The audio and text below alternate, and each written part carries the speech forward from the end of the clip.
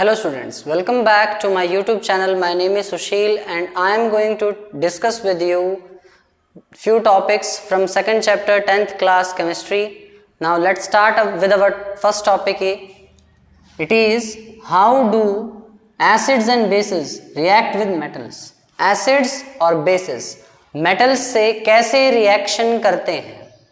एक जनरल सा एग्जांपल लेते हैं हमने इसमें कुछ जिंक ग्रैन्युअल्स डाल रखे हैं, साथ में डाइल्यूट H2SO4 लिया है. इन दोनों की रिएक्शन हुई, वो क्या हुई वो देखते हैं. जब हमने सॉलिड जिंक को डाइल्यूट H2SO4 से रिएक्ट करवाया तो मेटल जिंक ने अपना सॉल्ट बना लिया, जिंक सल्फेट.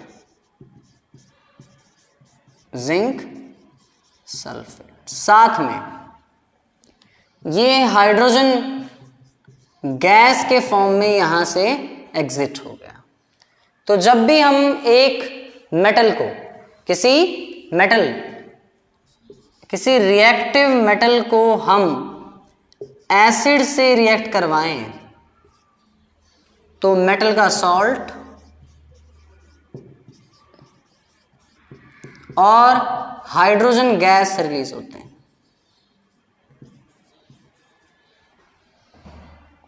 अब देखिए यहां ये मेटल है और H2SO4 से जब इसने रिएक्ट किया तो यहां से कोई गैस प्रोड्यूस हुई. वो गैस इस पाइप के थ्रू एग्जिट होते हुए इस सोप सॉल्यूशन में एंट्री करवाई. जब हमने पाइप के थ्रू तो उसने बबलिंग की और फिर वो बाहर आई. जब उसके पास जलती हुई मोमबत्ती हम लेकर जाते हैं तो वो ब्लास्ट क्रिएट करेगी. पॉप साउंड, पप पट पट पट, इस तरह के पॉप साउंड के साथ वो ब्लास्ट करेगी. तो ये है हाइड्रोजन गैस की पहचान. व्हेनेवर बर्निंग कैंडल और match stick is brought near to the hydrogen gas, it burns with a pop sound. ठीक है, छोटे छोटे ब्लास्ट होंगे, बिल्कुल ही छोटे छोटे. ये क्वेश्चन भी आता है कि जब हमने किसी मेटल को किसी एसिड से रिएक्ट करवाया तो कौन सी गैस प्रोड्यूस हुई, आपको कैसे पता चलेगा कि वो गैस कौन सी है. तो आप साफ बोलिए, जब हमने मेटल को एसिड से रिएक्ट करवाया तो मेटल का सॉल्ट बनेगा और हाइड्रोजन गैस बनेगी. उसकी पहचान ये है कि उसके पास जब हम जलती हुई मोमबत्ती या कोई मैच स्टिक लेकर जाते हैं तो वो पॉप साउंड के साथ जलती है. ठीक है, इसके कुछ एग्जांपल्स और देखते हैं. जैसे मान लीजिए मैंने जिंक को हाइड्रोक्लोरिक एसिड से रिएक्ट करवाया है, डाइल्यूट हाइड्रोक्लोरिक एसिड से, तब भी यही होगा. जिंक का क्लोराइड बनेगा और हाइड्रोजन गैस एग्जिट हो जाएगी. ठीक है, जिंक का क्लोराइड बनेगा और हाइड्रोजन गैस एग्जिट हो जाएगी. अब आगे देखिए, जिंक एक ऐसा मेटल है जो एसिड से ही नहीं बेस से रिएक्ट करके भी हाइड्रोजन गैस निकाल सकता है. देखिए एग्जाम्पल के साथ, जब हम जिंक को H2SO4 के बजाय एक बेस NaOH के साथ रिएक्ट करवाते हैं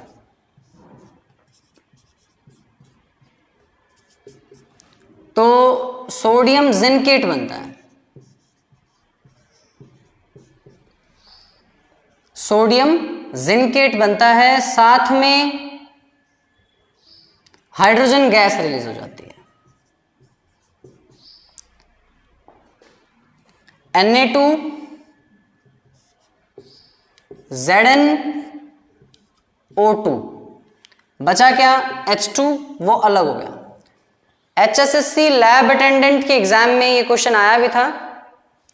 सोडियम जिनकेट का फॉर्मूला क्या है, Na2ZnO2. जिंक एक ऐसा मेटल है जो एसिड से रिएक्ट करता है तब भी हाइड्रोजन गैस रिलीज होती है, और जब वो बेस NaOH से रिएक्ट करता है तब भी हाइड्रोजन गैस रिलीज होती है. नेक्स्ट है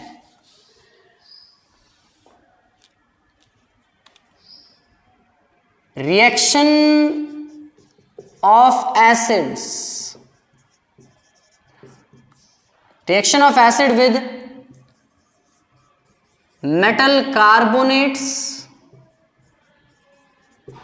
and metal bicarbonates.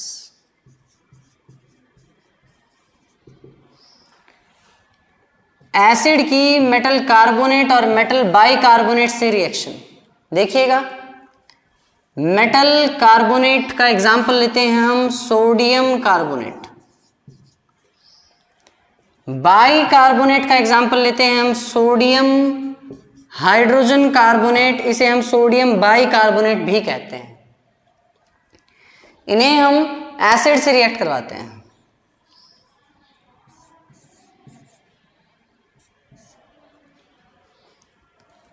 सपोज कीजिए मैंने इसे HCl हाइड्रोक्लोरिक एसिड से रिएक्ट करवाया है, ये बनाएगा NaCl, 2 times Na and 2 times Cl, 2 NaCl plus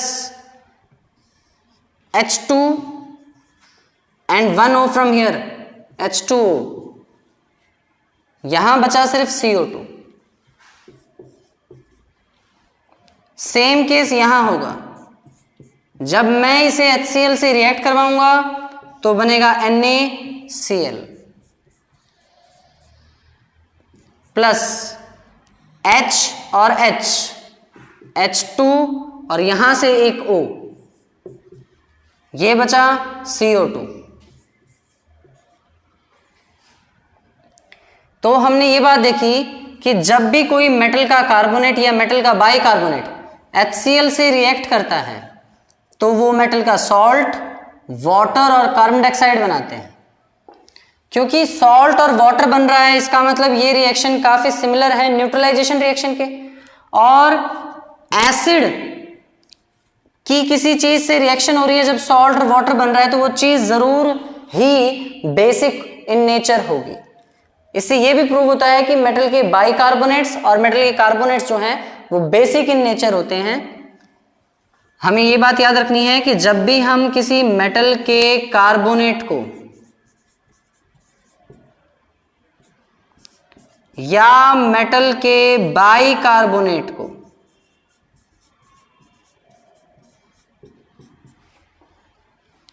acid से रिएक्ट करवाएंगे तो सॉल्ट, वाटर और कार्बन डाइऑक्साइड बनेगा।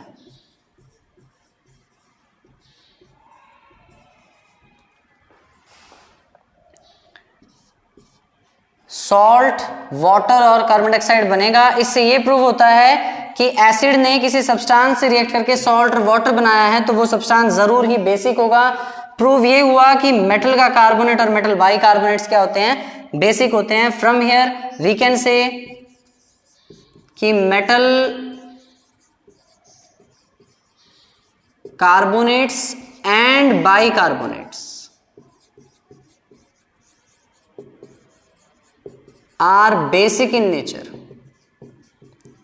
मेटल के कार्बोनेट्स और मेटल के बाइकार्बोनेट्स का स्वभाव क्षारीय होता है, बेसिक होता है।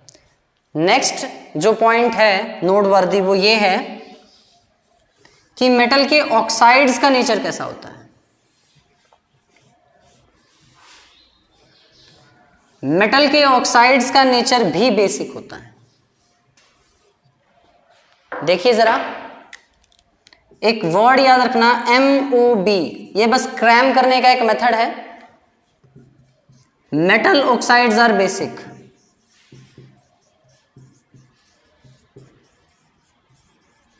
Metal oxides are basic in nature.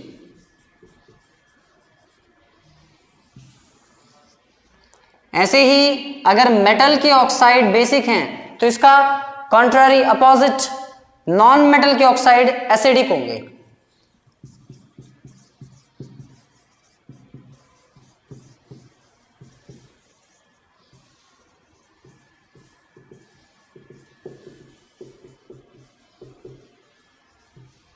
Non metal के ऑक्साइड्स एसिडिक होंगे नेचर में। हम एक एग्जांपल लेते हैं मेटल के ऑक्साइड का, वो है कॉपर का ऑक्साइड। कॉपर का ऑक्साइड हमने इसे रिएक्ट करवा लिया है एसिड से,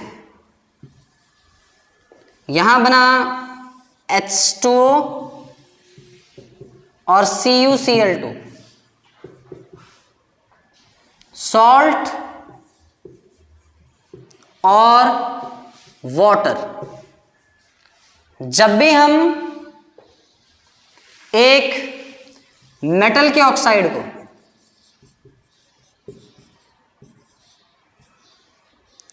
एसिड से रिएक्ट करवा रहे हैं तो सॉल्ट और वाटर बन रहा है। इसका मतलब एसिड से रिएक्ट होने वाली वो चीज मेटल ऑक्साइड बेसिक नेचर की है, बेसिक नेचर की है।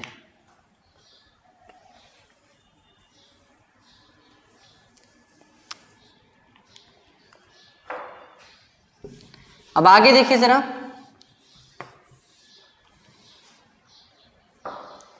हमारे अगले टॉपिक का नाम है न्यूट्रलाइजेशन रिएक्शन। वो क्या है? जब भी एक एसिड और एक बेस मिलते हैं तो सॉल्ट और वाटर प्रोड्यूस होता है। ये बात हमें बिल्कुल क्लियर है। और इन्हीं कॉन्सेप्ट्स के बेसिस पर, इसी कॉन्सेप्ट के बेस पर हमने ये जज किया है कि मेटल के ऑक्साइड्स बेसिक हैं, नॉन मेटल के ऑक्साइड्स एसिडिक हैं, मेटल के कार्बोनेट्स बेसिक है, मेटल के बाइकार्बोनेट्स भी बेसिक हैं। ये एक बेस है NaOH और HCl एक एसिड है। ये दोनों अपने एक्वस सॉल्यूशन में प्रेजेंट हैं। यहां बनता है NaCl और H2O।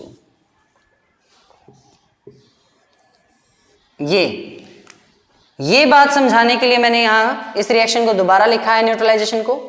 एक्चुअल में हमें ये बात पता है कि एसिड्स क्या रिलीज करते हैं, H पॉजिटिव रिलीज करते हैं। यहां से एसिड ने रिलीज किया H पॉजिटिव आयन और यहां से बेस ने रिलीज किया OH नेगेटिव आयन। H और OH ने मिलकर बनाया वाटर और साथ में बना NaCl, सॉल्ट एंड वाटर। तो अब तक मैंने इस कॉन्सेप्ट के बेस पर इस रिएक्शन को नहीं समझाया था। एसिड्स H पॉजिटिव रिलीज करेंगे, बेस OH नेगेटिव रिलीज करेंगे। ये पॉजिटिव और ये नेगेटिव एक दूसरे को कैंसिल आउट कर देंगे, ओवरऑल न्यूट्रल बनेगा H2O।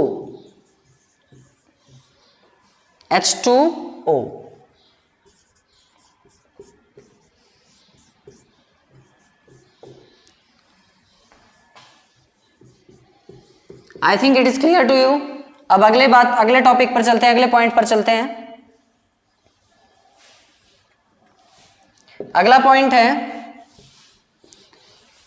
कि जब कैल्शियम हाइड्रोक्साइड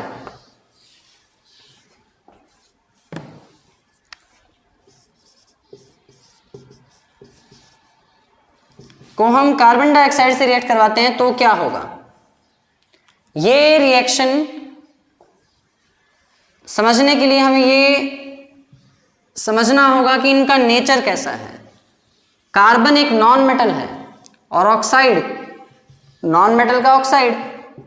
अभी हमने एक फैक्ट रीड किया था, नॉन मेटल का ऑक्साइड एसिडिक होता है। कैल्शियम हाइड्रोक्साइड OH रिलीज करने वाला है, मेटल हाइड्रोक्साइड्स बेसिक होते हैं। तो जब भी एक एसिडिक सब्सटेंस को बेसिक सब्सटेंस से रिएक्ट करवाएंगे तो क्या बनेगा? सॉल्ट और वाटर बनेंगे। ये रिएक्शन ये भी प्रूव कर रहा है कि कार्बन डाइऑक्साइड एसिडिक है, क्योंकि एक्चुअल में ऐसा हुआ है। देखिए जरा, क्या कैल्शियम का कार्बोनेट बनेगा, CaCO3 बनेगा, यहां से H2O। दोबारा समझिए इसको, यहां से कैल्शियम, CO2 ये एज इट इज, एक ऑक्सीजन यहां से ले लीजिए, यहां ऑक्सीजन 2 थे, एक यहां से CO2 और O3 हो गया। यहां क्या बचा? H2 और एक ऑक्सीजन वाटर। क्योंकि बेसिक मेटल हाइड्रोक्साइड से जब कार्बन डाइऑक्साइड ने रिएक्शन किया तो सॉल्ट और वाटर बना।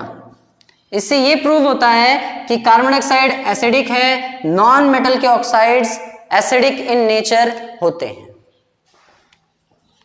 आगे देखिए, अगर इस कैल्शियम कार्बोनेट को, अगर इस कैल्शियम कार्बोनेट को हम वाटर और कार्बन डाइऑक्साइड से रिएक्ट करवाएं तो क्या होगा?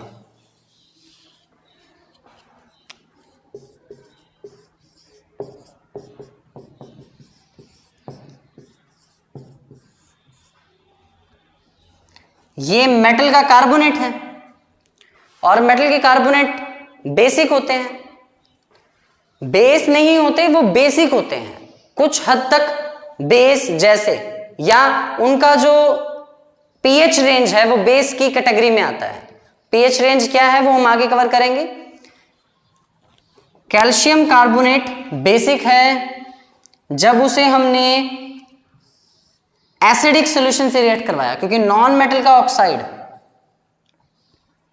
एसिडिक होता है, तो क्या बनेगा?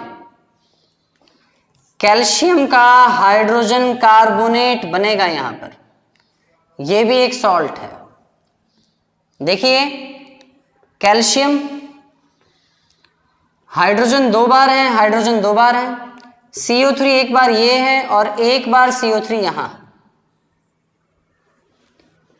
दोबारा देख लीजिए, कैल्शियम, हाइड्रोजन ट्वाइस, CO3 और फिर CO3 ट्वाइस, कैल्शियम बाइकार्बोनेट या कैल्शियम हाइड्रोजन कार्बोनेट कहेंगे हम इसे। तो ये एक सॉल्ट बनेगा। एक्चुअल में ये सॉल्ट भी बेसिक है। सॉल्ट की भी टाइप्स होती हैं, थोड़ा एसिडिक या थोड़ा बेसिक। जनरली सॉल्ट न्यूट्रल होते हैं, पर हम सॉल्ट को भी क्लासिफाई कर सकते हैं 3 टाइप्स में, बेसिक, एसिडिक एंड न्यूट्रल। ये आगे अगले लेक्चर्स में हम कवर करेंगे। अभी देखते हैं नेक्स्ट पॉइंट क्या है।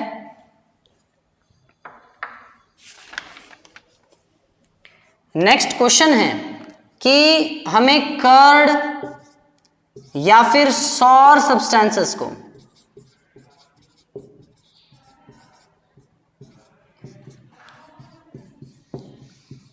कॉपर के वेसल में नहीं रखना चाहिए। कॉपर के वेसल में नहीं रखना चाहिए, क्यों? ये एनसीईआरटी इंटेक्स का क्वेश्चन है, सेकंड सेट का फर्स्ट क्वेश्चन। हमें कर्ड या सौर सब्सटेंसेस को कॉपर के वेसल में क्यों नहीं रखना चाहिए? क्योंकि कर्ड या सौर सब्सटेंसेस में एसिड्स होते हैं। कर्ड या सौर सब्सटेंसेस में एसिड्स होंगे, और कॉपर या ब्रास का मेटल का वेसल हो गया। कॉपर का वेसल यानी कि मेटल का वेसल, ब्रास अलॉय है उसमें भी मेटल है। तो एसिड मेटल से रिएक्ट करके पॉइजनस सब्सटेंसेस क्रिएट करेगा जो हेल्थ के लिए हार्मफुल हो सकते हैं।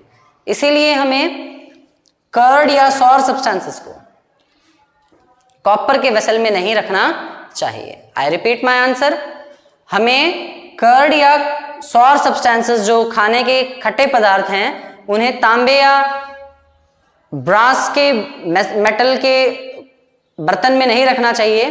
ब्रास अलॉय और कॉपर मेटल के बर्तन में इसलिए नहीं रखना चाहिए क्योंकि ये एसिड कंटेन करेंगे और एसिड मेटल से रिएक्ट करके पॉइजनस सब्सटेंसेस क्रिएट करेंगे जो काफी हार्मफुल होंगे।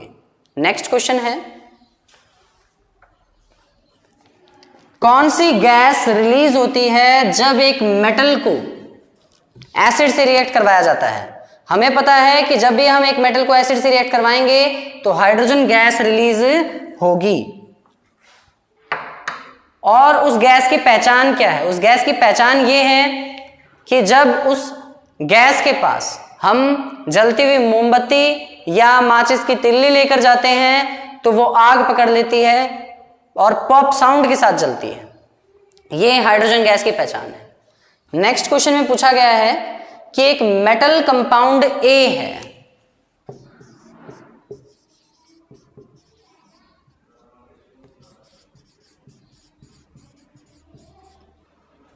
Metal compound A reacts with dilute hydrochloric acid. Dilute hydrochloric acid से रिएक्शन करता है टू प्रोड्यूस एफरवेंस, थोड़ा सा साउंड, थोड़े बबलिंग, थोड़ी गैस प्रोड्यूस करता है। The gas evolve extinguishes the burning candle, और जो गैस निकलेगी, यहां से गैस निकलेगी वो फायर एक्सटिंग्विशर है, वो आग को बुझाती है। फिर वो हाइड्रोजन गैस तो बिल्कुल भी नहीं होगी। हाइड्रोजन गैस तो आग पकड़ लेती है, कंबस्टेबल है, पर यहां से जो गैस रिलीज हो रही है वो आग को बुझाती है। ठीक है, तो ये पूछा गया है कि वो सब्सटेंस ए कौन है, वो गैस कौन सी प्रोड्यूस होगी, इस क्वेश्चन में जो रिएक्शन बनेगी वो लिखिए। क्वेश्चन समझ में आ गया?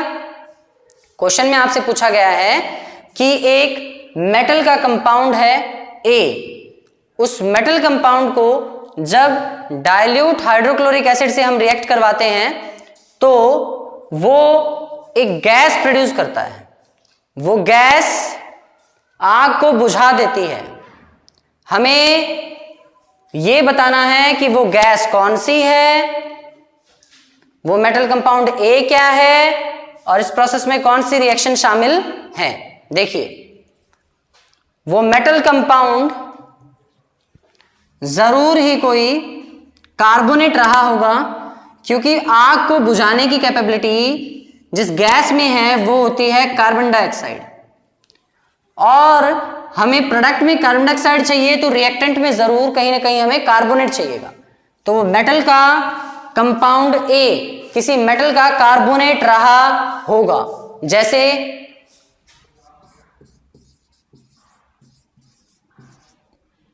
Sodium carbonate. सोडियम कार्बोनेट जब हम इसे डाइल्यूट HCl से रिएक्ट करवाएंगे तो ये बनता है NaCl plus H2O plus CO2। तो जो गैस रिलीज हो रही है वो कार्बन डाइऑक्साइड है जो आग को बुझाती है। वो मेटल कंपाउंड ए मेटल का कार्बोनेट है, सपोज सोडियम कार्बोनेट, और जो रिएक्शन इस क्वेश्चन में शामिल है वो ये है। तो ये आपके इंटेक्स क्वेश्चन के साथ कुछ एनसीईआरटी के कॉन्सेप्ट्स थे। हम अगली बार मिलेंगे लेसन के आगे के कॉन्सेप्ट्स के साथ। Thank you class.